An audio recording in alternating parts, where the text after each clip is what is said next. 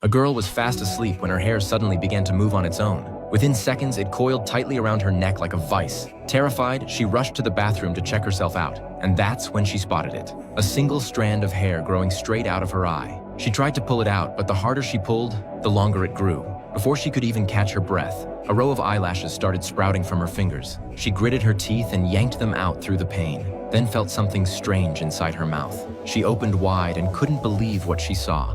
A thick clump of hair growing from inside. Just as she reached in to pull it out, the same thing started happening in her eye again. Panicking, she grabbed her phone to call for help. But in an instant, all the hair vanished without a trace. Then, out of nowhere, her own hair stiffened like steel cables and slammed against the wall, lifting her entire body into the air. A second later, the hair disappeared, and she crashed to the floor, completely bald. Then, as if something had burst open inside her, hair came pouring out of her body, flooding every inch of the room.